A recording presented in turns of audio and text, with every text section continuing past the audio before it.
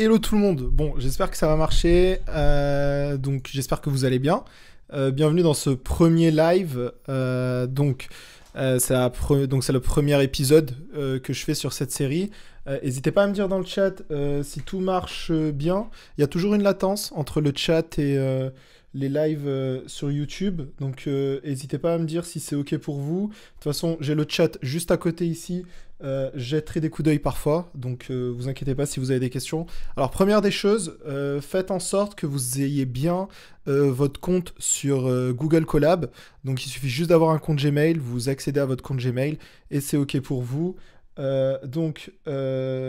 Parfait. Donc là on me dit comment t'en bien dans le live. Donc on va pouvoir commencer, on a 1 heure. Aujourd'hui, ça va être vraiment pour les débutants. Donc, si vous faites vos premiers pas en Python, vos premiers pas même en informatique, vous en faites pas, vous êtes au bon endroit. Donc, ce qu'on va faire, c'est voir ce que c'est une variable en Python, une structure en Python et une fonction en Python. Si ces 3 termes vous paraissent un peu étranges, vous inquiétez pas, on a 1 heure pour voir tout ça ensemble. Donc, la première des choses, comme je vous ai dit, faites bien attention à bien être donc sur Google Colab. Google Colab, ça se présente. Donc comme ça, quand vous arrivez sur Google Colab, vous avez quelque chose qui ressemble à ça. Donc là, vous avez juste à choisir. On ne le voit pas forcément sur mon écran. Il faut que j'enlève la webcam. Donc là, vous avez juste à choisir sur Nouveau Notebook. Et quand vous choisissez Nouveau Notebook, ça va vous ouvrir donc un nouveau notebook sur Colab. Et là, c'est ici que je vous invite à développer tout ce qu'on va faire ensemble aujourd'hui. Donc le but du jeu, n'hésitez pas à taper vous-même les fonctions, sinon vous pouvez être là uniquement en mettant le son et en regardant ce que je fais. Dans les 2 cas, je vous invite quand même à essayer de retaper les fonctions. Et vous allez voir que ça va être très très simple et vous allez très très vite comprendre ce qu'on va faire. D'accord. Donc, j'ai commencé un peu à faire ce notebook. Donc, tout ce notebook, tout ce qu'on va développer ici, ce sera disponible sur GitHub. Donc, pour ceux qui ne connaissent pas, GitHub, c'est un genre de site où on peut déposer des codes. Donc, je vous mettrai le code qu'on aura déposé sur GitHub à la fin de la vidéo. Je vous mettrai aussi le lien du GitHub dans le replay de la vidéo, dans la description. Donc, on va commencer tout de suite. On a 1 heure pour voir l'introduction à Python. Donc, le but de cette série de vidéos, c'est d'apprendre Python, première des bases. Et après, petit à petit, on va commencer à apprendre Python plus en l'accent vers les problématiques d'intelligence artificielle.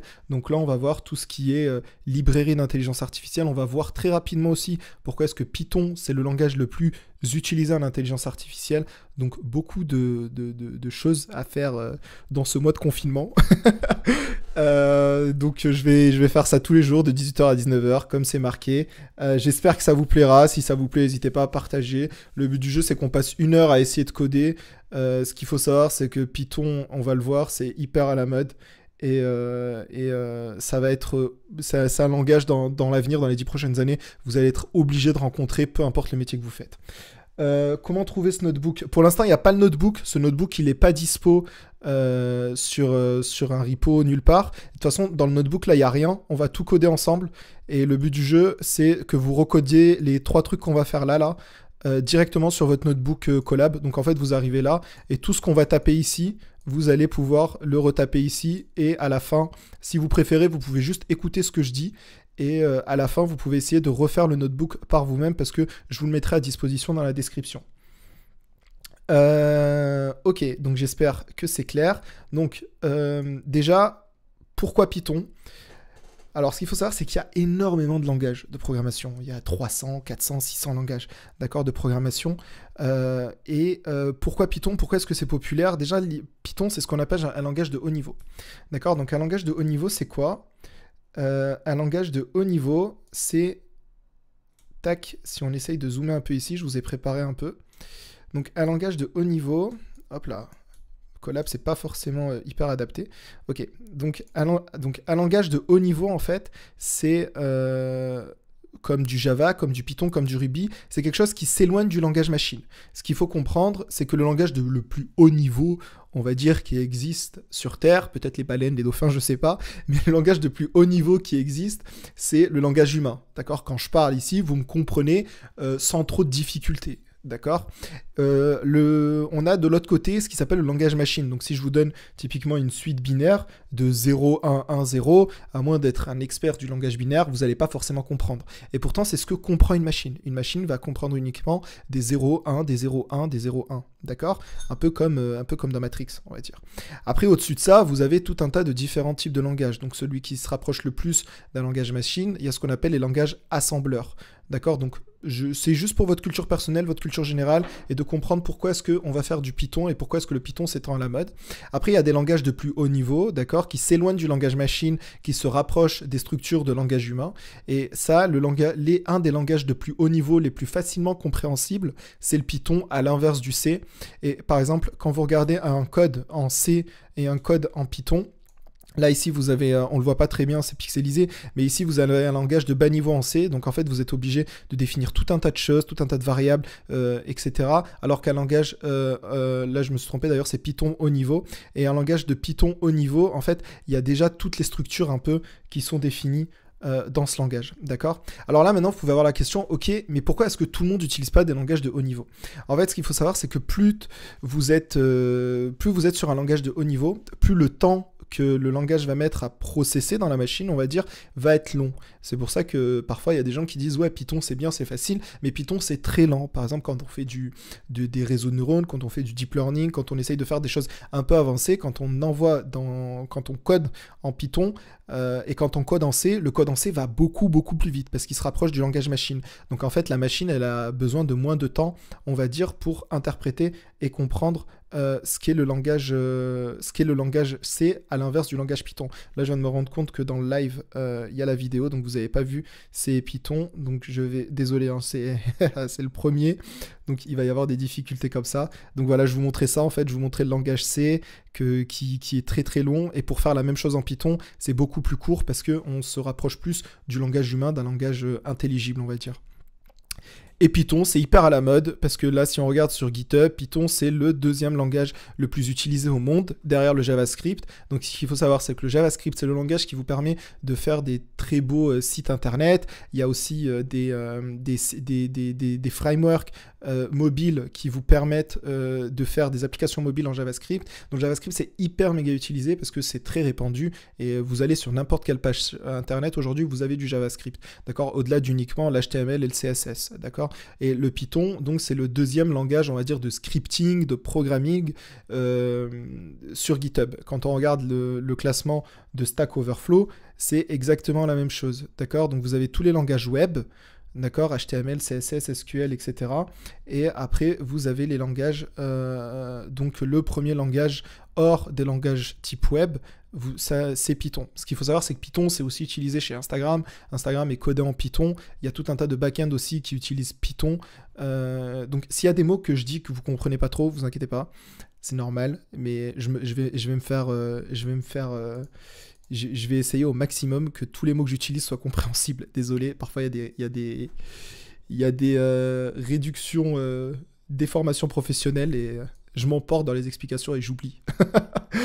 Ok, donc on va tout de suite voir. Donc, d'ailleurs, j'ai fait une vidéo aussi sur les top 5 des langages. Si vous voulez comprendre un peu les différences entre tous les langages, moi que je recommande d'apprendre pour 2020, il y a une vidéo sur la chaîne YouTube aussi qui permet de voir où j'ai détaillé un peu qu'est-ce que fait tous les langages et pourquoi justement je les classe comme ça. N'hésitez pas à aller voir. Ok, donc on va commencer tout de suite par coder. Donc j'espère que vous êtes tous sur Colab. J'arrive à l'instant à avoir le son. Ce sujet est pour moi une découverte. Serge. Hello Serge. Eh bien, bienvenue Serge. Donc, pour tous ceux qui arrivent maintenant, je disais qu'il faut que vous alliez sur Colab. Donc, de Colab Recherche Google. Et quand vous arrivez sur Colab, vous allez avoir quelque chose qui ressemble à ça. D'accord ?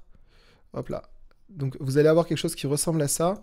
Et il faut que vous cliquiez sur... ici, on ne le voit pas parce que j'ai trop zoomé.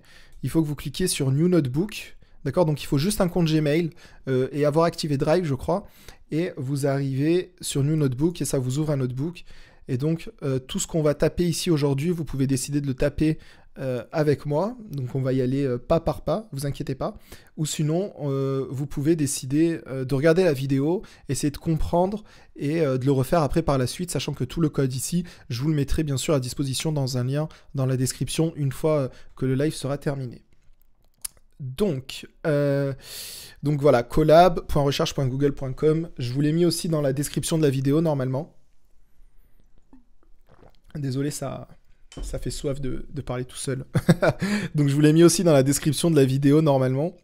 Vous avez juste à cliquer dessus et à y accéder. D'accord? N'hésitez pas, si vous avez besoin, à le faire plus tard. Il n'y aura pas de souci. On va vraiment essayer de tout détailler ensemble. Et le but du jeu des lives, c'est vraiment en mode interaction. Donc si parfois il y a quelque chose que je dis que vous ne comprenez pas, vous pouvez me poser la question et je vous répondrai directement. J'ai le chat juste à côté de moi. Il est là. Donc c'est parti. On va commencer comme tout bon programme. Quand on apprend à programmer en Python, on va commencer par printer Hello World. D'accord? Donc c'est un peu la blague de programmeur. La première ligne de code que vous êtes censé faire quand vous commencez un nouveau programme, c'est de printer Hello World. Donc c'est d'afficher Hello World. Et là, on va tout de suite voir en fait la puissance de Python. C'est afficher, on peut dire, on va printer ça, d'accord? Donc quand on dit qu'on va printer ça, eh ben, on a juste à dire print Hello World, d'accord? Et ici dans Collab, vous pouvez directement cliquer sur Play et ça va runner en fait votre instance en Python. Donc l'instance en fait ça veut dire que ça va runner votre, ici si vous regardez bien en haut, tac, si je dézoome un peu, ici il y a RAM, disque, d'accord, en haut. Et en fait ça veut dire que Google vous a mis à disposition une machine gratuitement avec Python, donc c'est pour ça que vous n'avez rien besoin d'installer. Donc je rezoome. Donc ici, vous arrivez, vous avez printé Hello World et vous voyez le retour du programme qui est bien Hello World. Réellement, à partir de quand vas-tu commencer réellement les projets de data science? Ça sera plus, je pense, d'ici le début de la semaine prochaine. On commencera vraiment à faire de la data science. Là, on est mercredi. Donc, si je fais ça tous les jours, normalement, à la fin de la semaine, vous aurez les bases pour faire du code Python, même de votre côté, sans forcément faire data science. Mais à partir de la semaine prochaine, on commencera vraiment les projets de data science. Donc, si tu sais déjà coder en Python et que tu as un produit Python, tu peux rester. Si tu veux revoir les bases en Python, tu es le bienvenu aussi, bien sûr. Mais dans tous les cas, voilà, c'est à partir de la semaine prochaine qu'on commencera vraiment à faire de la data science. En fait, il vaut mieux pas commencer directement à dire je fais de la data science avec Python. En fait, il vaut mieux apprendre comment est-ce qu'un langage fonctionne pour pouvoir l'utiliser en fait de la meilleure des manières qui soit.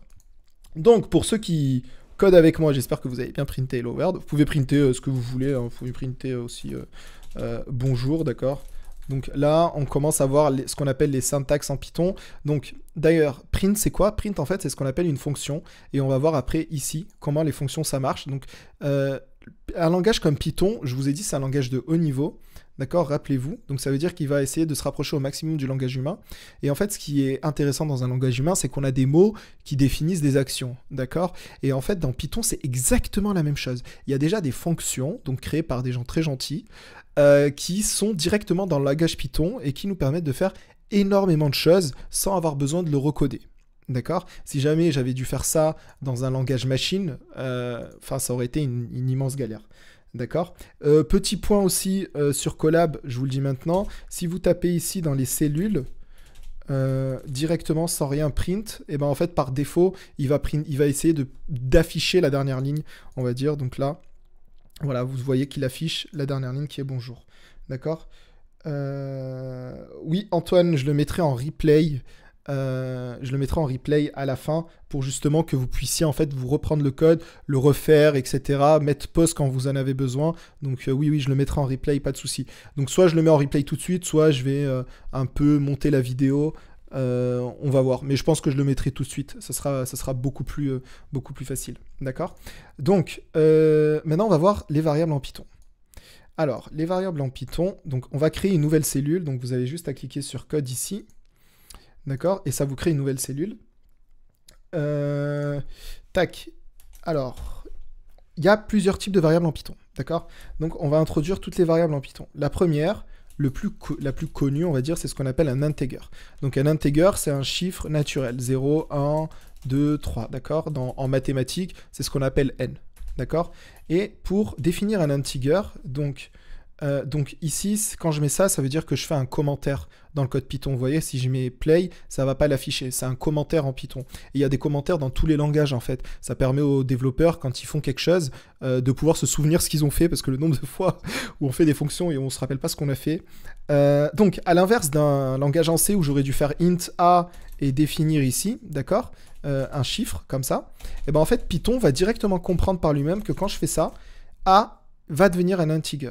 D'accord? Donc la preuve, si je fais a égale 10, d'accord, et que je lui demande après, donc là il a sauvegardé a comme étant égal à 10, et que je lui demande d'afficher a, donc je peux faire soit ça, soit je peux lui dire, hop là, soit je peux lui dire print a. D'accord? Rappelez-vous, on l'a fait ici. Donc dans les deux cas, il va m'afficher 10 et 10. Voilà, magie. Et maintenant, si je lui demande de m'afficher a, mais aussi de m'afficher le type de A. Donc là, le type d'une variable, c'est est-ce que c'est un integer ou est-ce que c'est autre chose qu'on va voir. Donc ici, j'ai juste à faire print, d'accord? Si je fais type A, je vous ai dit en Python, ce qui est génial, c'est qu'il y a déjà les fonctions qui sont plus ou moins faites, d'accord, en Python. Et d'ailleurs, quand je surligne comme ça dans Colab, il me dit à quoi ça correspond. Donc ici, voilà, def type A, et il me dit comment utiliser cette fonction. Et je vous ai dit, hein, si ça, vous ne comprenez pas maintenant, vous allez comprendre dans même pas 15 minutes, vous allez comprendre, ou un peu plus, vous allez comprendre ici, c'est quoi une fonction, d'accord? Donc si maintenant, je lui demande de m'afficher le type de A. Tac, attendez, je fais une pause, je regarde le live. Donneras-tu des cours tous les jours, même le week-end, juste pour être sûr, merci d'avance. Oui, même le week-end, on est en confinement, donc voilà, c'est ma petite contribution au confinement. Merci. Merci, ouais, je fais ça de manière un peu bénévole. Il faut savoir que je donne des cours aussi de code, et il y a beaucoup de personnes, d'étudiants, de personnes qui m'ont demandé si j'avais des ressources pour apprendre à coder, et je me suis dit, bah, on est en confinement, chacun est chez soi. Je pense qu'on a tous poncé Netflix, donc voilà, 1 heure par jour pour coder ensemble. Je me suis dit, c'est la moindre des choses que je pouvais faire quand je vois tout ce que les gens font. C'est un peu ridicule, mais voilà. Donc merci. Donc maintenant, si on fait print type A, on voit qu'il m'a affiché un integer, d'accord? Il me dit classe integer. Donc int, c'est ici ce qu'on appelle un integer, d'accord? Donc maintenant, on va définir les autres variables en Python. Donc après un integer, donc vous doutez bien que les chiffres, il n'y a pas que des entiers naturels. Donc les entiers naturels, c'est en mathématiques ce qu'on appelle 1, 2, 3, c'est tout ce qu'on peut compter sur les doigts, donc c'est des entiers naturels, d'accord? Il y a aussi ce qu'on appelle les floats. Donc les floats, c'est tous les chiffres à virgule, typiquement que je ne peux pas mettre sur les doigts. Je peux faire 1,2,5 peut-être, mais ça ne marche pas comme ça. Donc ça va être typiquement 0,5, 0,1,6, etc. Ou sinon, on peut mettre plein de chiffres comme ça aussi, d'accord? Alors, comment est-ce qu'on définit un float? Eh ben, Python va aussi comprendre naturellement que c'est un float. Si par exemple je type 10 point ou 10.0, d'accord? Donc pour l'instant, on va pas se casser la tête sur les petites astuces en Python. On verra ça plus tard. Mais à la place d'avoir 10.0, j'aurais pu taper juste 10 points et il aurait compris que c'est 10.0, d'accord? Donc on fait 10.0 et on va faire exactement la même chose. Donc là, ici, on va l'appeler je suis...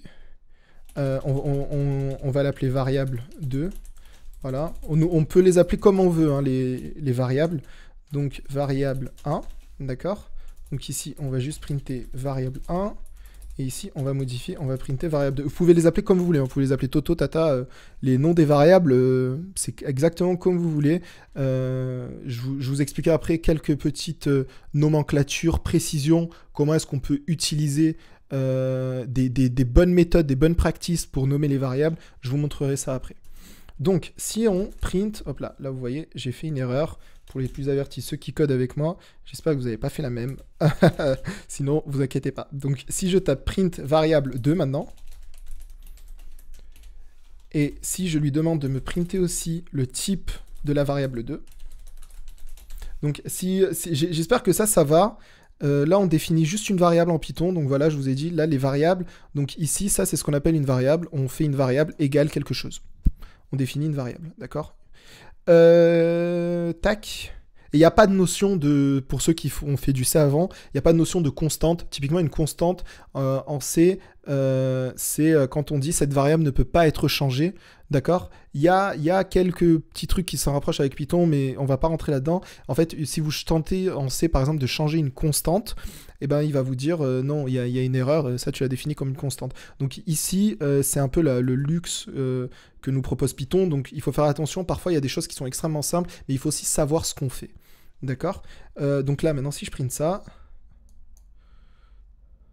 donc on va essayer de faire quelque chose de... Voilà, donc là il me print 10, class in, donc ce print correspond à ça, le premier, le deuxième correspond à celui-là, et là on voit le troisième, il me print bien 10.0, et le float, il me print bien que 10.0 est un float, d'accord ? Hop là, je vous montrerai après comment essayer d'organiser un peu les prints, sinon peut-être qu'on peut le faire tout de suite. En fait, on peut printer, je vais le faire dans un code ici. Si je vous dis A égale 10 et que je veux printer A égale 10, si je veux printer la variable A égale 10, je ne vais pas le faire comme ça, vous en doutez bien. Donc la manière de faire la plus facile, moi que je vous recommande, c'est pas la manière qu'on apprend normalement aux débutants, mais c'est vraiment celle que je vous recommande parce que pour moi c'est la plus logique, d'accord ? C'est ce on met un F ici devant, donc uniquement possible en Python 3, d'accord ? Et ici on fait deux accolades comme ça. Et on va venir ici juste printer A. Donc on va dire la variable A égale ça. Et là, il va venir récupérer en fait à quoi correspond la variable A. Et il va venir dire la variable A correspond à ça. D'accord ? Simple.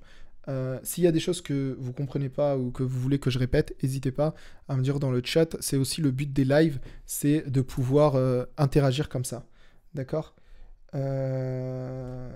Hello Fadil. Bah, le live commence toujours à 18h heure française. Je sais pas si c'était dans un autre pays, mais c'est toujours ça, 18h heure française. Voilà. Tac. Donc maintenant, on va voir ce qui est un string. D'accord ? Donc sans vous en rendre compte, les strings, on les a déjà on les a déjà fait ici. Donc ça, c'est un string, ça, c'est un string. D'accord ? Donc un string, ça va être typiquement si je tape Anis, par exemple. D'accord ? C'est une chaîne de caractères, en fait, un string. D'accord ? Donc ici, maintenant... je vais appeler variable 3 égale par exemple, je sais pas, on va l'appeler, voilà, je suis de Marseille, j'aime bien l'OM, on va l'appeler l'Olympique de Marseille, désolé tous les Parisiens, allez l'OM. Print, maintenant si je lui dis print variable 3, et que je lui dis print type, ça fait longtemps que j'ai pas regardé de match de foot, hein, mais, mais à la vie à la mort, hein, comme on dit chez moi. Alors variable 3, et maintenant si je lui demande de printer ça, et ben, il va me printer normalement, comme vous en doutez, Olympique de Marseille, et il va me dire que la variable, le string Olympique de Marseille est bien un string pour le coup. Donc voilà, et là vous voyez, il me print bien que c'est un string. Tac.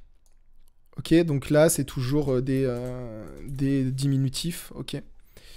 On va essayer d'organiser un peu tout ça, et je vais dire... non, on va laisser comme ça, on va pas perdre de temps. Il est déjà 18h26. Ok. Suivant. Alors, les autres types de variables qui existent, le 1 qu'on va utiliser beaucoup en data science, d'accord, au-delà de tous les autres qu'on va utiliser beaucoup, mais en fait ce qui fait beaucoup de la base des algorithmes, c'est le fait de dire est-ce qu'une condition est vraie ou est-ce qu'une condition est fausse. Et ça c'est ce qu'on appelle la logique booléenne. D'accord, donc la logique booléenne, c'est le fait de dire si ça et ça, alors c'est vrai, si ça égale ça, alors c'est faux, etc. D'accord, donc ça en fait vous avez true, false, et la petite astuce aussi en Python, c'est qu'il y a aussi 1 et 0. D'accord? Hop là, attendez, je vais voir le chat. Pourquoi ne pas tout simplement faire print de A au lieu de print la variable? C'est pour formater le texte. Ouais, exactement. En fait, c'est ce que je fais ici. Hein. C'est ce que j'ai fait ici. C'était juste pour vous montrer comment est-ce qu'on écrit une variable dans un print. C'est uniquement pour ça, mais bonne question. Ouais, n'hésitez pas à vous répondre dans le chat. C'est cool s'il y a de l'interaction comme ça, etc. Donc, voilà. Tac. Mais j'espère avoir répondu à ta question. N'hésite pas si t'as la question, si t'as une autre question, pardon. Ok, maintenant, on va voir ce qui est Ah, je me rendais... ah, peut-être que vous voyez pas tout ce que je fais depuis tout à l'heure. Bon, bref, en tout cas, c'est là. Je vais d'ailleurs essayer de faire une autre cellule, histoire que ce soit un peu plus aéré, le code. Donc maintenant, on va voir c'est quoi un booléen. Donc un booléen, c'est typiquement si, par exemple, regardez bien, si je dis if variable 3, donc qui est défini ici, d'accord? If variable 3 égale, on va faire plaisir, Paris Saint-Germain. D'accord? Donc if variable 3 égale PSG, alors on va printer. Peut-être que ça, en fait, je le définirai dans les structures après pour vous définir un booléen. Mais ouais, on va faire step by step. Ça, je le sauvegarde pour ici. Vous inquiétez pas, PSG, on le supprime pas, il est là. Voilà. Donc, un booléen, c'est true false. Par exemple, si je dis 1 égale 0, vous doutez bien que c'est pas vrai, à moins que vous vivez dans un autre monde que le mien. Et donc ici, ça va m'afficher false. D'accord? Donc la logique booléenne, en fait, repose sur des comparaisons. Donc typiquement, en fait, on va avoir, je vais vous montrer, on va avoir égalité. D'accord? Donc l'égalité, en fait, est représentée par égal. D'accord? On va avoir la comparaison de grandeur. Je vois que ça s'agit dans le chat, je vous lis après. Tac. On va avoir 1 supérieur à 0. D'accord? 1 inférieur à 0, pardon. Donc c'est faux aussi, hein, on imagine. Donc là, c'est inférieur. Ok. On va avoir le supérieur de l'autre côté. Exactement comme en maths. Hein. Donc là, on est sur du niveau CP en mathématiques. Donc là, c'est supérieur. Et on va avoir, vous doutez bien qu'on a égalité ici, supérieur, inférieur. Et on va avoir différent. D'accord? Je me rappelle, ça, c'est un des premiers trucs que j'ai appris en Python. Et je me suis dit, putain, mais on peut faire tellement de trucs avec ça. C'est incroyable. Donc ça, c'est différent. Et pour les plus avertis, on peut aussi faire inférieur ou égal en faisant 1 inférieur ou égal à 0 ou 1 supérieur ou égal à 0. D'accord? Donc on va voir qu'est-ce que va nous sortir tout ce monde. Inférieur ou égal. Et ici, c'est supérieur ou égal. Tac. Tac, tac. Tac, tac. Alors, ici, c'est Paris. Ouais, c'est ça. Tac. Ok. J'aurais pas dû sortir l'exemple de Marseille, j'en étais sûr. Je pense qu'on va faire des projets et dites-moi ce que vous en pensez. D'ailleurs, si vous avez des idées de projets, on peut les faire ensemble, on peut les coder ensemble. Moi, je me sentais bien d'essayer de représenter le système solaire comme projet global, d'essayer, on va dire, de simuler le système solaire et de voir ce qu'on peut apprendre. J'ai vu une étude il y a pas longtemps de personnes qui ont réussi avec une intelligence artificielle à démontrer les lois gravitationnelles de certaines planètes. Donc on peut essayer de faire ça comme projet de fin de confinement. Si vous voulez, une fois que vous serez tous devenus des pros, vous pourriez dire que vous avez codé le système solaire. Ça peut être intéressant. On peut le faire en Python, hein, je l'ai déjà fait. Enfin, pas coder le système solaire, mais étudier des phénomènes physiques au niveau terrestre avec Python. Et ça se fait vraiment très très bien. Ce qu'il faut savoir, c'est que moi, Python, je l'ai découvert quand j'ai commencé à faire de la physique, donc de la simulation physique, et plus précisément de la simulation de mécanique céleste orbitale. Et j'ai commencé à faire du Python en simulant des choses. Donc c'est vraiment très très bien adapté, c'est un super langage, vous allez voir. Donc si jamais on fait ça, on va vérifier qu'on vit bien dans le même monde binaire, vous et moi. Donc 1 inférieur à 0, c'est faux. 1 égale 0, c'est faux. 1 inférieur à 0, c'est faux. 1 inférieur ou égal à 0, c'est toujours faux. 1 supérieur à 0, c'est vrai. 1 supérieur ou égal à 0, c'est vrai aussi. Et 1 différent de 0, c'est vrai aussi. Ouf, Python vit dans la même dimension que nous. C'est rassurant. Tac. Ouais, si ça vous dit, ça peut être un projet sympa, ouais. Si vous voulez, on peut faire ça et vous verrez que, par exemple, on arrivera très rapidement à des fonctions en disant si la distance entre deux planètes est inférieure à si la distance entre deux objets célestes est inférieure à une certaine formule qui est typiquement la force d'attraction gravitationnelle ou égale à la force d'attraction gravitationnelle, et ben en fait l'objet se met en orbite et on peut démontrer pourquoi est-ce que la Lune est en orbite autour de la Terre ou des choses comme ça. Si ça vous intéresse. Après, si ça vous paraît trop compliqué, on peut aussi rester sur des exemples. L'exemple le plus connu quand on fait de la data science, c'est de faire des fleurs, mais le but du jeu ici, c'est vraiment pas de vous donner des choses bateaux, d'essayer vraiment de faire des choses proprement et que vous soyez vraiment en capacité à la fin du confinement de dire ok, bam, je sais faire du Python. Déjà à la fin de cette heure, vous serez capable de dire que vous avez fait vos premières lignes en Python, donc félicitations. Ok, il faut qu'on avance un peu. On a commencé un peu tard, je fais le prof, mais voilà. Ok, maintenant on va définir, donc maintenant que vous avez compris la logique booléenne, donc qui est de définir des équations, des conditions, si c'est vrai, si c'est faux. D'ailleurs, pour la petite anecdote, si on print bool, non, si on print bool 1, eh ben ça va nous donner false, ça va nous donner true, et si on print bool 2, ça va nous donner, non, 2 ça va pas marcher. Ça va nous donner false. Tac, vous voyez ici. Et d'ailleurs, en fait, quand vous voulez convertir quelque chose, par exemple ici, vous pouvez vouloir convertir, je vais vous le faire là. Ouais, vous pouvez vouloir convertir un float en string. Donc ici, si je dis print int de 15.2, donc si je prends un float et je veux uniquement la partie entière, eh ben je le convertis ici en int et il va me le convertir en 15, d'accord. Donc il y a des choses comme ça qu'il est possible de faire. Typiquement, on peut convertir des floats en int, on peut convertir des strings si c'est uniquement des nombres en int float aussi. Ok. Non, en int uniquement, on va dire, sinon on va pas se compliquer la tête, mais aussi l'inverse est aussi vrai. D'accord. Et ici, par contre, la sympathique chose, c'est qu'on peut convertir 1 et 0 en booléen. D'accord. Et par contre, si vous prenez n'importe quel autre entier que booléen, que 1 et 0 pour le convertir en booléen, ça vous donnera toujours true. Donc voilà, c'est la petite anecdote. Ok, on continue. J'espère que tout est clair jusqu'ici. Tac. Ok, maintenant on va voir les structures un peu différentes. Donc, une des choses les plus connues, c'est les tuples, d'accord. Donc les tuples, en fait, c'est typiquement 1, 0. Donc là, ici, on va pas se casser la tête. On va juste faire print, on va juste dire variable. Ici, on va dire variable 4. Variable 4, si on dit 1, 0, et qu'on print variable 4, et pareil, on print.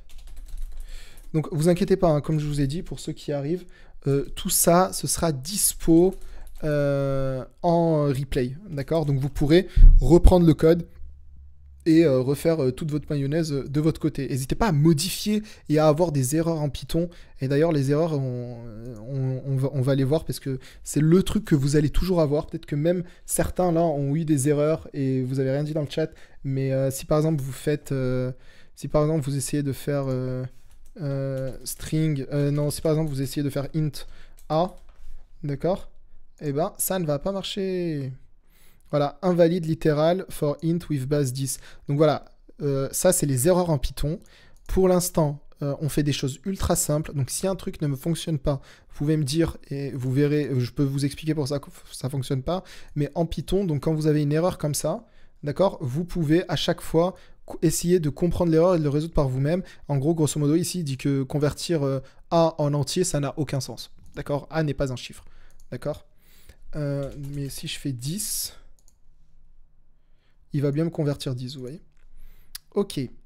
Donc, ça, c'est les tuples. C'est quand on définit deux chiffres, comme ça, d'accord. Ce qui va être extrêmement utile quand on va faire du deep learning, d'accord. Les tuples qui vont être la base de ce qu'on va appeler les tenseurs, D'accord, vous inquiétez pas. Je vous mets des petits mots comme ça, des petits grains dans la tête. Mais on définira tout ça au fur et à mesure des jours qu'on va passer ensemble pendant ce confinement. Et sûrement plus que le 11 mai, n'est-ce pas Manu? Bref, du coup, tuple 1-0. Maintenant, on va commencer à définir les choses un peu cool. D'accord? En Python. Je dis pas que tout ce qu'on a fait avant, c'était pas cool. Mais c'est des structures vraiment hyper utiles.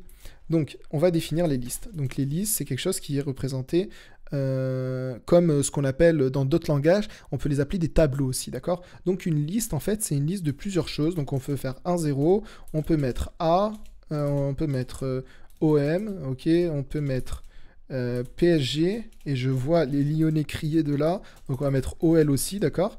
Et ici, si par exemple, je dis cette liste, je l'appelle variable. Donc ici, quand vous tapez sur Colab, vous allez voir des noms de variables qui apparaissent. En fait, c'est ce qu'on appelle l'auto-indentation dans les langages informatiques. Il se souvient qu'on a défini toutes ces variables, ils sont stockés en fait en mémoire. Et il vous propose, à la place de les taper, vous voyez, vous pouvez juste taper tab et ça va faire l'autocomplétion. Donc c'est hyper utile quand vous commencez à taper beaucoup de lignes. C'est comme ça que vous allez pouvoir aller ultra rapidement. T'as eu plusieurs erreurs, Serge. Désolé, j'aurais dû dire les erreurs avant. Mais donc voilà, n'hésitez pas. Je sais que parfois je fais ça comme ça, vous pouvez perdre le fil. Mais n'hésitez pas, je vous ai dit, hein, il y aura le replay par la suite. Donc si je dis variable 5 et je lui mets ça, 1,0 OMPSGOL, et que je lui dis de me printer variable 5 et que je print type variable 5, et ben ça va me dire que c'est une liste, d'accord? Tac. Maintenant, on va passer à le haut format de données, peut-être le plus compliqué à comprendre, mais plus vous allez en faire, plus vous allez comprendre. Ouais, quand vous ouvrez un dictionnaire, j'ai pas de dictionnaire à côté de moi, mais non, j'ai vraiment pas de dictionnaire à côté de moi. Mais quand vous ouvrez un dictionnaire, vous allez chercher les mots qui sont en haut, vous voyez, pour aller chercher tous les autres.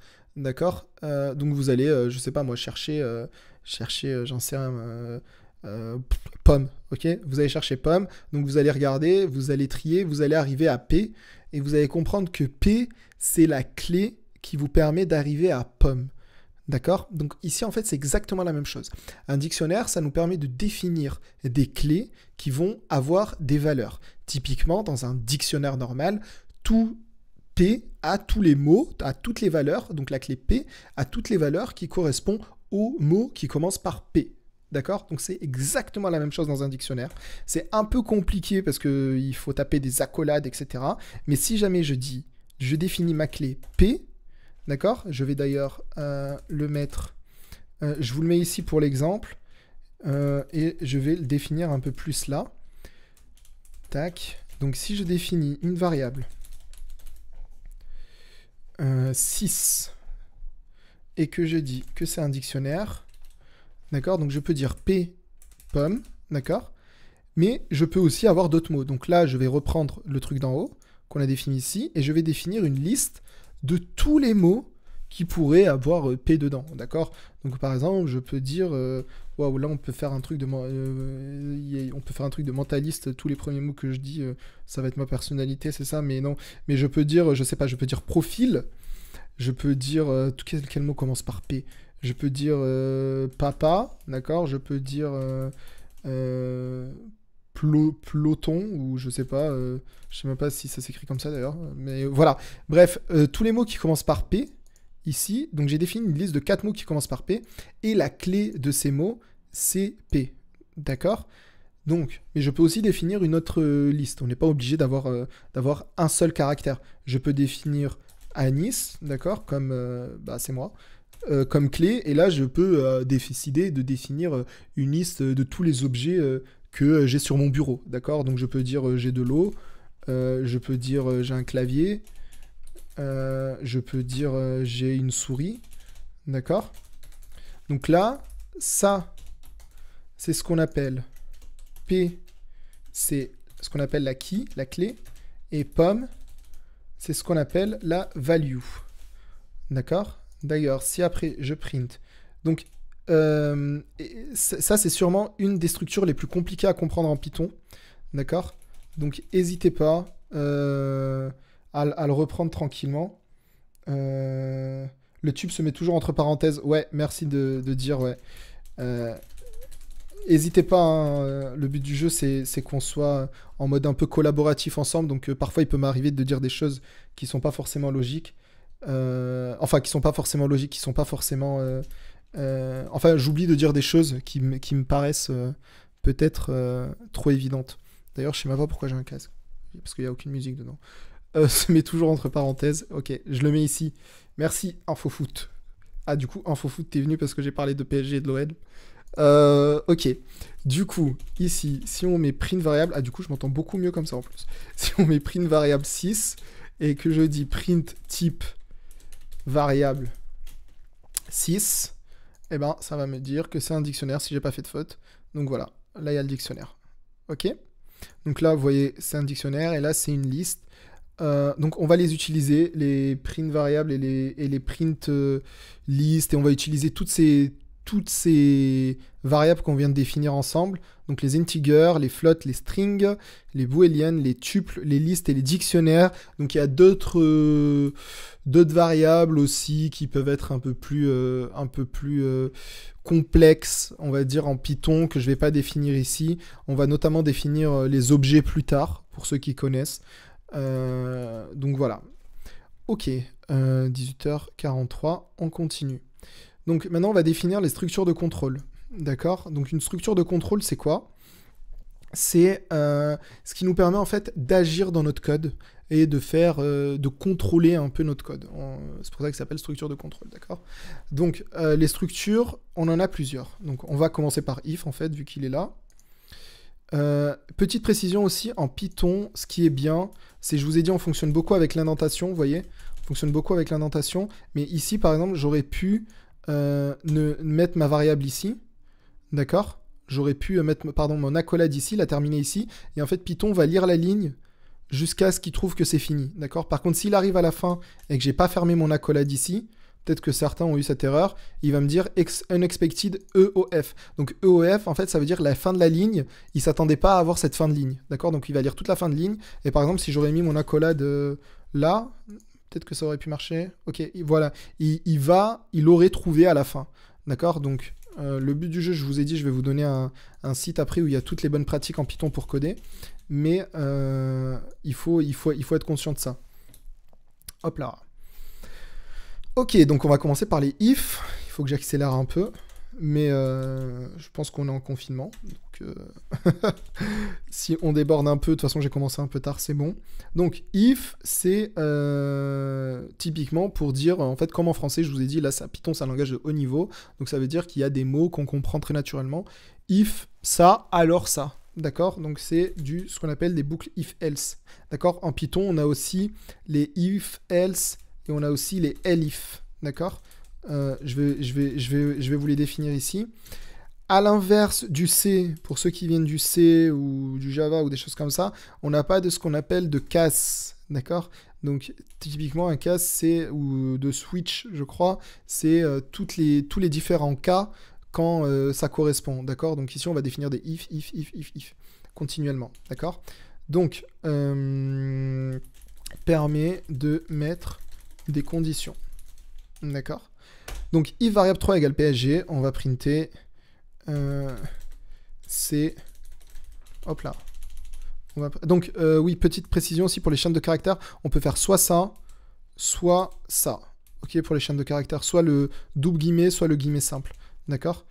Typiquement, moi, il vaut mieux faire le double guillemet parce que typiquement, vous voyez, quand je fais C, il va pas le finir. Si j'avais fait un seul guillemet, comme ça, il aurait terminé ici et il y aurait eu une erreur, vous voyez? Donc on peut aussi l'échapper. Donc si je fais ça, non c'est l'inverse, si je fais ça, en fait il va échapper le caractère suivant, ça veut dire qu'il va pas le prendre en compte, d'accord? Mais pour l'instant on va pas se compliquer la tête avec ça, on va rester double guillemet et on verra tout ça après. Donc ici on va dire c'est le PSG, d'accord? Elif variable 3 égale Olympique de Marseille.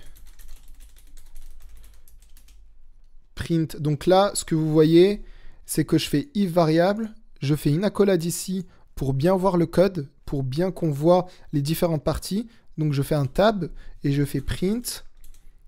C'est... Hop là, vous voyez, j'ai encore fait l'erreur.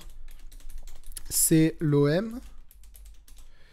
Et sinon, en fait, si ça correspond ni à cette variable PSG, ni à cette variable Olympique de Marseille, je dis print. Ce n'est ni l'OM, ni le PSG. D'accord?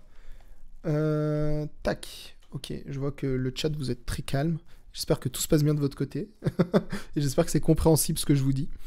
Donc, if variable 3 PSG, si ce n'est pas, si la variable 3, donc il va toujours le faire dans ce sens. Hein, ça veut dire que il va pas tous les accomplir. Dès qu'il trouve la première condition qui est résolue, il va dire, il va pas aller aux autres, d'accord? Il va directement aller à cette condition.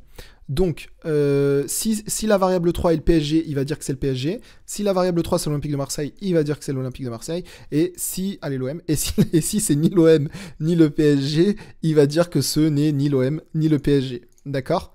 Donc là, si je fais ça, il y a une faute. Ah oui, parce que voilà, typiquement, vous voyez, les erreurs de syntaxe, on perd pas. Donc, if variable, donc d'ailleurs, il faut que je vous le dise, mais à la fin des if, on fait condition là. D'accord? Et on met un 2 points après. D'accord? À chaque fois, à la fin des structures en Python, on met 2 points.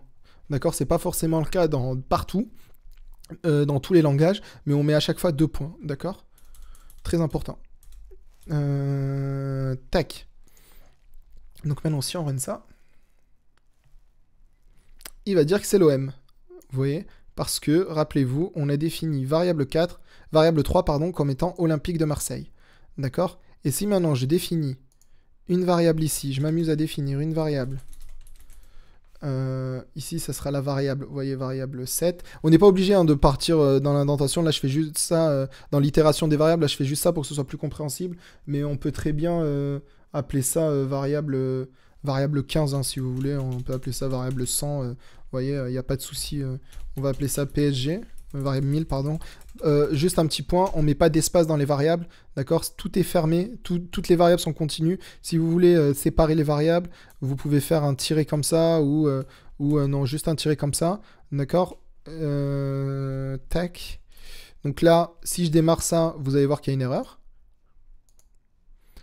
C'est à mon avis l'erreur que beaucoup d'entre vous ont eu, c'est qu'il vous dit que name PSG is not defined. Pourquoi? Parce qu'en fait, quand on met pas de guillemets à côté d'une variable, enfin entre une chaîne de caractères, il pense que c'est une variable, d'accord? Donc très important, on définit que c'est bien un string. Donc là, si je fais ça, il me dit encore que c'est l'OM, mais maintenant si je lui dis variable 1000, et que je lui dis ici variable 1000, il va se passer quoi? Il va me dire que c'est le PSG. Magie. Ouais, Pierre, j'utilise un notebook. Exactement, j'utilise un notebook sur Colab. Le notebook, il n'est pas encore dispo. Il sera dispo après. Donc là, de toute façon, à mon avis, si tu sais c'est quoi un notebook, là, on revoit toutes les bases en Python.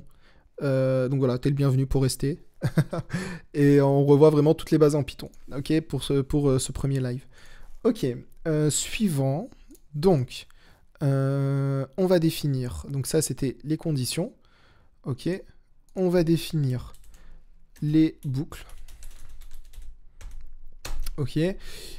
Alors, une boucle, c'est quoi? Une boucle, c'est typiquement si je vous dis que je veux mon téléphone, d'accord? Soit je vais définir 10 fois mon téléphone, soit je peux dire dans un monde parfait que si je dis je veux 10 téléphones, il va y avoir 10 téléphones. Et comme ça, on serait tous riches si on pouvait faire ça avec des billets de banque. Mais donc typiquement, si je veux définir 100 variables PSG, d'accord, je peux faire print variable comme ça. Hop là, il n'y a pas l'indentation, c'est pas grave. Print variable 1000 et je peux faire hop là. Et je peux faire hop là, hop là, hop là, hop là. Vous voyez, même moi, voilà, et je copie-colle comme ça, qui est très très long, et vous vous doutez bien que si on fait du code, c'est pour aller rapidement, et on va pas faire ça, d'accord? Donc, les boucles sont là pour nous aider. Les boucles sont nos meilleurs amis, d'accord? Donc, typiquement, une boucle, c'est quoi? C'est, on va dire, for une variable ici, d'accord? In une liste, d'accord? Ici, on va rester simple, on va juste dire qu'on crée une variable qui va venir itérer tous les éléments de la liste. C'est un peu obscur, mais vous allez voir, c'est hyper simple. Donc, non, il n'y a pas de pointeur en Python, welcome to Gelsen. En fait, c'est ce que j'ai expliqué avant en introduction. C'est ce qui nous différencie. En fait, les pointeurs, c'est les langages qui se rapprochent un peu plus de l'assembleur, où tu vas venir donner, en fait, pour que tout le monde soit au courant, en fait, un pointeur, c'est une genre d'adresse où on va venir dire, ok, je veux l'adresse de cette où est stockée dans la mémoire de l'ordinateur cette variable. Et en fait, ça permet de changer les adresses et de changer typiquement les variables. Donc non, il n'y a pas de pointeur en Python. En tout cas, pas pour une formation surtout débutante pour les premières heures qu'on a ici. Ok. Enfin, vous pouvez vous rapprocher de choses qui ressemblent des pointeurs en faisant étoile, étoile, mais on verra ça plus tard. Très plus tard. Beaucoup plus tard. Donc non, pour l'instant, il n'y a pas de pointeur. Ok. Tac. Donc on définit les boucles. Donc si je dis for i in range 10, d'accord? Donc on va le faire pas à pas en fait. Si je dis variable comme ça, d'accord? Et je lui dis de printer i ici. Donc je mets tout ça en commentaire. Donc je vous l'ai dit, ça c'est les commentaires. D'accord? Et ben il vient me printer pg, pg, pg, pg. Donc là, vous pouvez me dire, ah super, on a résolu le problème de faire plein de prints. Ouais, non, parce qu'en fait, il y a une règle immense en programming, c'est never, repeat, accent anglais, repeat yourself. D'accord? Et ça, c'est hyper important. Quand vous avez fait une fonction qui fait quelque chose, ou quand vous avez fait une variable qui fait quelque chose, moins vous la répétez, plus vous gagnez en efficacité et plus votre code est propre. Donc là, vous voyez que j'ai répété beaucoup de fois variable 1000, d'accord? Alors que j'aurais peut-être pu uniquement dire print variable 1000. Ouais, mais si je fais ça, ça va marcher aussi, d'accord? Mais ici, pourquoi ça va marcher? Parce qu'en fait, il va faire 4 fois variable 1000, d'accord? Mais si je lui dis plutôt for i in 0, 1, 2, 3, print-moi variable 1000, il va me printer 4 fois aussi PSG. Et là, je ne me suis pas répété. Donc, il faut savoir aussi que l'index, je ne vous l'ai pas dit ici, mais on le verra après, l'index des listes commence à 0. Mais ça, on le verra dans les prochaines heures, quand on manipulera plus en avant toutes ces entités. Là, le but du jeu, c'est juste que je vous définis tout ça. D'accord? Donc je dis print 4 fois ça, donc il va me printer variable 1000. D'accord? Si je lui avais dit, juste pour vous montrer, print i, en fait, i, c'est ce que je vous disais, va prendre à chaque fois la valeur qui correspond à la liste 1 à 1. Donc il va faire 0, print i, je print variable 1000. Après, il va me faire 1, je print 1, variable 1000. Après, il va retourner, en fait, il part d'ici, et il va faire la boucle en fait, et c'est pour ça qu'on appelle ça une boucle, et il va boucler jusqu'à ce qu'il arrive à la fin de la liste ici, et là, il va arrêter de printer, d'accord? Il va arrêter d'afficher, d'accord? Tac. Ouais, l'index, c'est la position, merci Lotfi.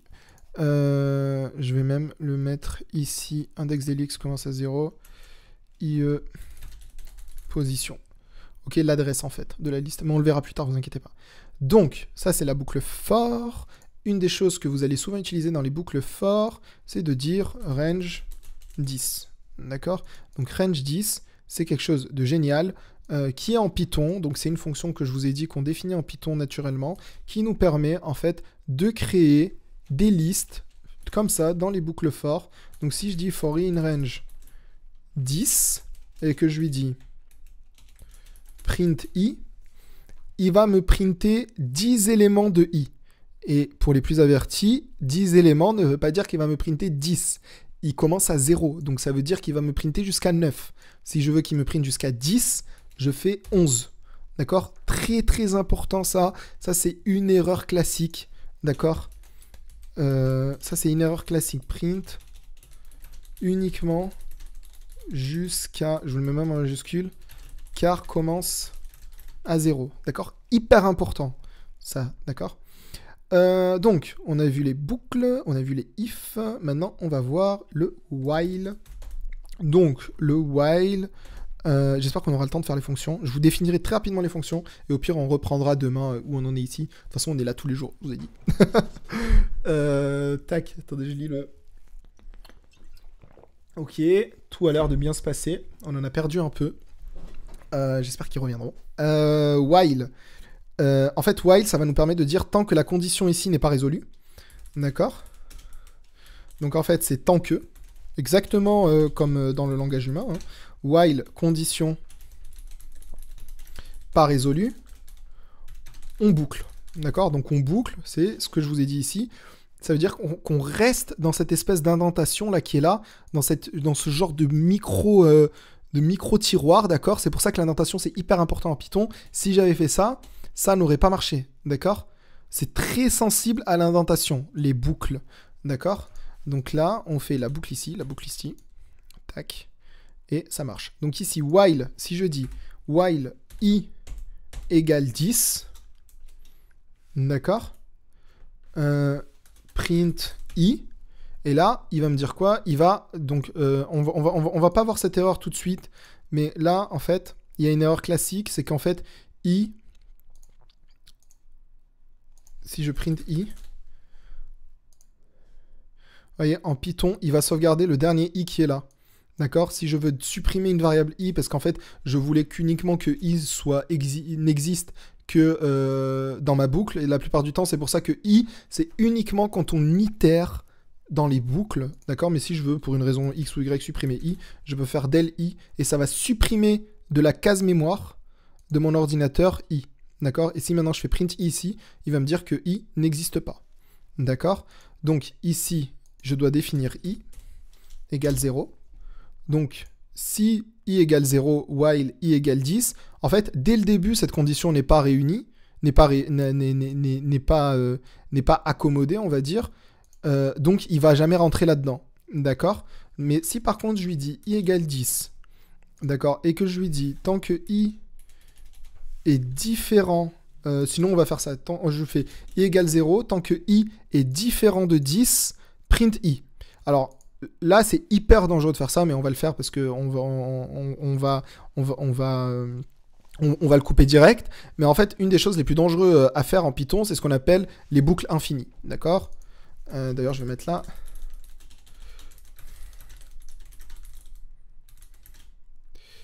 IE sans condition d'arrêt. D'accord? Le truc le plus marrant à faire en Python, c'est de faire cette fameuse erreur qu'on va faire vu. Voilà, for i in range. Non, vous savez quoi? On va définir la boucle infinie en bas. Mais, tac, là. Donc si je dis ça, ça va jamais s'arrêter. Là, on peut attendre longtemps. On peut attendre la fin des temps, en fait. Sinon, on peut attendre que le serveur Google décide de me shut down. Donc, voilà. Donc là, on peut attendre très longtemps. Ça ne va jamais finir. C'est ce qu'on appelle une boucle infinie. D'accord? Et donc là, je peux arrêter l'exécution. Tac. Là, on voit que j'ai arrêté l'exécution, keyboard interrupt. D'accord? Et il y a beaucoup de zéros. Et j'ai un peu beaucoup printé. Et vous voyez que c'est hyper chiant de faire ça. Donc, je vous invite à faire l'erreur au moins une fois pour voir que c'est le truc qu'on veut pas faire. Sinon, on peut juste cliquer là. Ah non, ok, super. Hop là, ok. Alors, attendez, je vais, voilà. Je dézoome un peu, je rezoome. C'est le truc à pas faire. Hein. Sinon, on peut juste faire ici, clear output. Vous voyez, et ça va supprimer cette erreur qu'on vient de faire. Hop là, je me perds dans les zooms. Là, c'est un peu trop zoomé. Tac. Ok, je reviens là.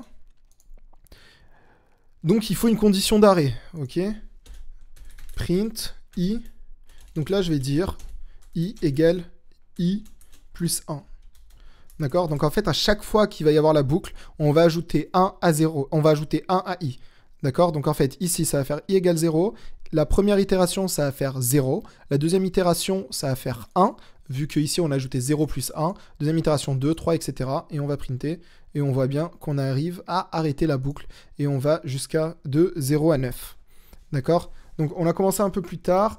Je vais vous introduire pendant les 5 dernières minutes c'est quoi une fonction, d'accord, parce que je vous l'ai promis. Et on continuera les fonctions dans le live de demain. Donc là on va prendre une dizaine de minutes pour introduire les fonctions.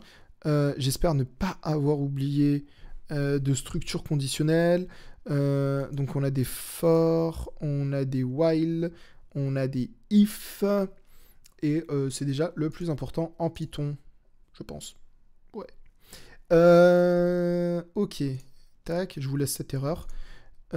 Ok, donc une fonction, en fait, c'est quoi? Rappelez-vous, quand je vais sur print, là, si ça veut bien, il me fait def print. Donc, ça nous donne déjà une petite orientation sur c'est quoi une fonction. Vous voyez là que c'est marqué built-in function print. Ça veut dire que c'est une fonction qui est créée directement dans le langage Python. D'accord? Donc ici, on va définir nos propres fonctions. D'accord? Donc je vous ai dit, si jamais on veut s'amuser à dire qu'on va prendre comme fil rouge le fait de définir le système solaire, eh bien ce qu'on va faire, c'est on va définir, d'accord, create, par exemple, une fonction planète. D'accord? Ok. Donc, une fonction create planet, elle va nous faire quoi? Elle va nous prendre le nom de la planète en variable. Ok. Donc, elle va nous prendre le nom de la planète en variable. Donc, ici, ça, je vais vous le définir, la structure en haut. Mais en fait, une fonction, c'est quelque chose qu'on va venir def, donc définir, definition. Ok. Donc, on va définir create planet. D'accord. Donc, ici, ça va être nom fonction. Et ici, ça va être tout ce qu'on va appeler les arguments. D'accord? Arguments, c'est toutes les variables qui vont être utilisées dans la fonction. Ok? Hop là, j'ai un S en trop. J'ai un gros problème avec les S, c'est fou. Hein. Tac. Donc ça va être toutes les variables qui vont être utilisées dans la fonction. D'accord? Tac. Ok. Donc, ce que je vais faire ici, c'est que le seul argument que j'ai, ça va être une variable non planète. D'accord? Donc, d'ailleurs, on va tout laisser en anglais. Name planet. Donc, par défaut, on essaye de toujours tout coder les variables, tout faire en anglais, parce qu'en fait, ça, il va pas le comprendre. Vous voyez, encore pire si on lui fait ça, ou si on lui fait ça, il va pas comprendre. D'accord, en Python. Ça, les langues latines, il n'aime pas beaucoup. Donc, on va dire namePlanet et on va retourner, par exemple, on va retourner votre... Qu'est-ce qu'on peut faire là? CreatePlanet et on va... ouais, mais là, il faudrait qu'on fasse des objets. Ouais. Bon, vous savez quoi? On va faire une fonction plus simple. CreatePlanet, on le fera dès qu'on aura vu c'est quoi les objets. Si on fait une fonction moyenne, donc c'est quoi une fonction moyenne? C'est une fonction qui va prendre deux chiffres, donc c'est beaucoup moins sexy. Je suis désolé. Donc c'est une fonction qui va prendre number 1, qui va prendre number 2, et qui va calculer la moyenne. D'accord? Hop là, min of two numbers. D'accord, donc la moyenne de deux nombres, tout le monde sait c'est quoi? Enfin, j'espère, c'est number 1 plus number 2 divisé par 2. Donc là, hyper important, en Python, il lit de gauche à droite. Donc si je fais ça, il va m'ajouter number 1 plus la moitié de number 2, et c'est pas ce qu'on veut. Donc là, on a les priorités exactement comme en mathématiques. Je vais pas vous refaire les cours de CE1. Non, ça, on l'apprend quand? En 6e, je crois. Où les priorités mathématiques, où ce qui est exécuté en parenthèse va avant des autres opérateurs, d'accord? Et après, c'est la division, la multiplication, et après l'addition et la soustraction, d'accord? Mais ici, c'est pas parce qu'il y a une addition qui va l'exécuter en premier par rapport à l'addition. Un ordinateur, c'est bête et méchant, il va lire de gauche à droite, d'accord? Comme on devrait tous le faire d'ailleurs, à part si vous parlez une autre langue. Donc, number 1, number 2, divisé par 2, et on va retourner la valeur de min of two numbers. Et après, si exactement comme si j'ai appelé print, d'accord, je vais appeler cette fonction min. Et je vais dire, je veux la moyenne de 10 et 20, d'accord? Et normalement, il va me retourner 15. Hop là, on voit pas. Ah, désolé. Tac.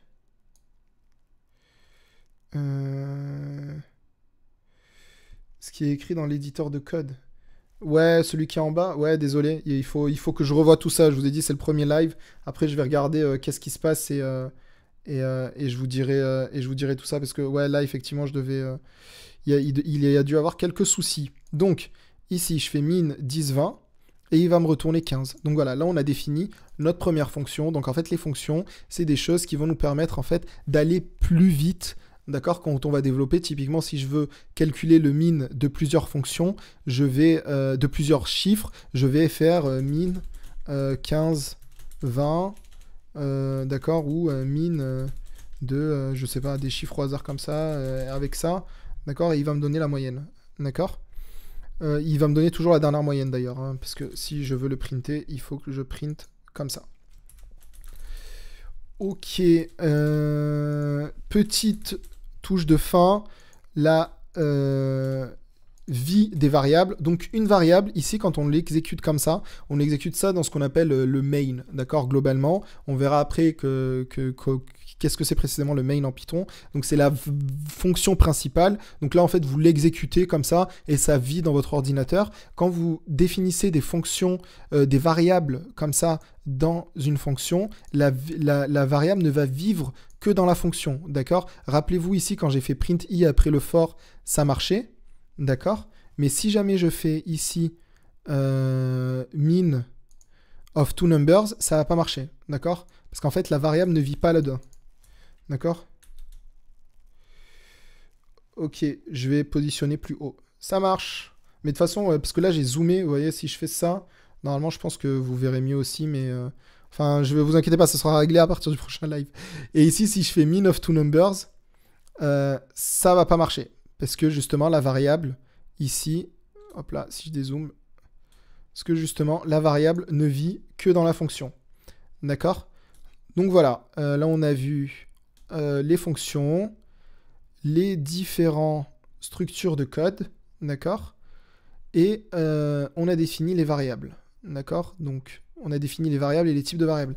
Dans le prochain live de demain, on verra comment est-ce qu'on utilise tout ça, comment est-ce qu'on mixe tout ça, comment est-ce qu'on mixe la définition des variables, comment est-ce qu'on mixe une fonction, comment est-ce qu'on mixe des structures pour commencer à faire des trucs un peu intéressants. Je vous ai dit, peut-être qu'on va essayer de traficoter le système solaire ensemble, où on va définir notre propre système solaire, vu le chaos que c'est actuellement sur notre planète.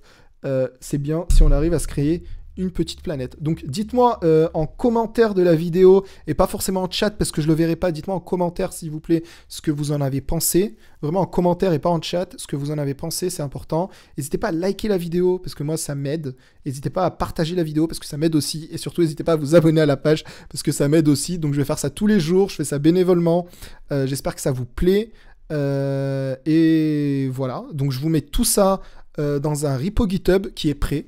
D'accord, le repo GitHub est prêt. Il faut juste que je push cette fonction. Donc, vous allez la voir dans une trentaine de minutes, même pas, en description de la vidéo que je vais laisser en replay. Donc voilà, encore une fois, n'hésitez pas à liker, partager s'il vous plaît, c'est important. Et mettez des commentaires si ça vous a plu. Dites-le. Si ça vous a pas plu, dites-moi pourquoi. Et voilà, j'espère qu'on se revoit demain et que ça vous plaît de faire tout ça ensemble. N'hésitez pas aussi à reprendre le code et à le faire de votre côté. Donc moi, je vous dis à la prochaine. Pour le coup, bah à la prochaine, demain.